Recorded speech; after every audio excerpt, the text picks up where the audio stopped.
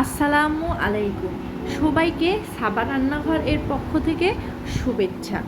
আপনারা যারা কালো জিরা ভর্তা বানাতে পারেন না, আবার অনেকে কিন্তু তিতার জন্য কালো জিরা ভর্তা খেতে একদমই পছন্দ করেন না, তাই আজকের ভিডিওটা শুধুমাত্র তাদের জন্য। আমি ভর্তাটা কিভাবে বানিয়েছি চলুন আপনাদের সাথে শেয়ার করি। এখানে আমি 1 কাপ পরিমাণ রসুন ভালোভাবে ছিলে নিয়েছি। রসুনগুলোকে আমি আস্তই রেখেছি। আর নিয়েছি রসুনের সমপরিমাণ পেঁয়াজ কুচি, কারণ ভাজার পরে পেঁয়াজ অনেক কমে যাবে। আর একটু মোটা করে কেটে নিয়েছি যেন রসুন আর পেঁয়াজটা একসাথে ভাজা হয়ে যায়। রসুন আর পেঁয়াজের অনুযায়ী আমি 4 চা চামচ কালো জিরা নিয়েছি। এর থেকে বেশি নিলে কিন্তু ভর্তাটি তিতা লাগতে পারে। এভাবে যদি আপনারা ভর্তাটি বানান, আশা করি খেতে একদমই তিতা লাগবে না। আর নিয়েছি 6-7টি শুকনো মরিচ আর 4-5টি কাঁচা মরিচ। এবার প্যানটি গরম হয়ে গেলে আমি দিয়ে নিব পরিমাণ মতো তেল। তেলটা একটু ভালোভাবে গরম করে নিতে হবে।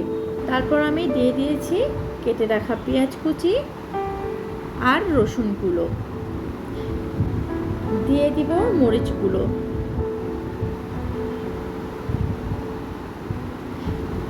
এইবার দিয়ে দিচ্ছি 1 চা চামচ পরিমাণ লবণ, আর দিয়ে দিলাম সামান্য পরিমাণ হলুদের গুঁড়া। আমি 1/2 চা চামচের কম নিয়েছি। ভালোভাবে নেড়ে ঢাকনা দিয়ে ঢেকে দিব কিছুক্ষণের জন্য। এই সময় মিডিয়াম আঁচ রাখতে হবে। মাঝে মধ্যে কিন্তু আমি ঢাকনা সরিয়ে পেঁয়াজ মরিচ নেড়ে দিয়েছি। কালো জিরা ভর্তাতে কিন্তু ঝালটা বেশি হলেই খেতে ভালো লাগে।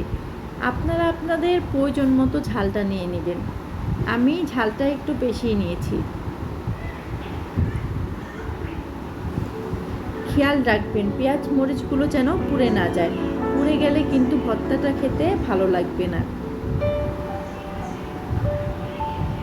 আমি দেখে নিব আমার মরিচগুলো সিদ্ধ হয়েছে কিনা।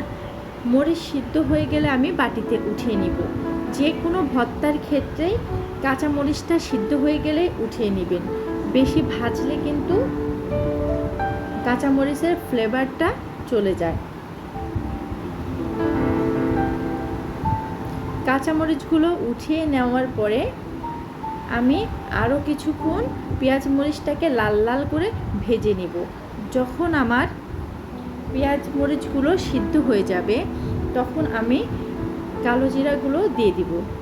কালো জিরা দেওয়ার পরে কিন্তু 2 থেকে 3 মিনিটের বেশি ভাজা যাবে না, তাহলে ভর্তা খেতে তিতা লাগবে। এটা হয়তো অনেকেই জানে না। 2-3 মিনিট পরে আমি উপকরণগুলোকে বাটিতে নামিয়ে নিব। এখন ভর্তাটা কিন্তু ব্লেন্ডার করলে হবে না, পাটাতে ভালোভাবে মিহি করে নিতে হবে, তাহলে খেতে বেশি ভালো লাগবে। আশা করি আপনাদের কাছে আমার এই ভিডিওটি অনেক ভালো লেগেছে।